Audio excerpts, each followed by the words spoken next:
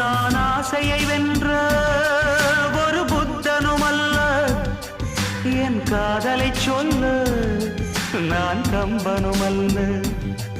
உன் காது கடித்தேன் நான் கனவினில் மெல்ல, இன்று கட்டி அணைத்தேன் இது கற்பனை அல்ல.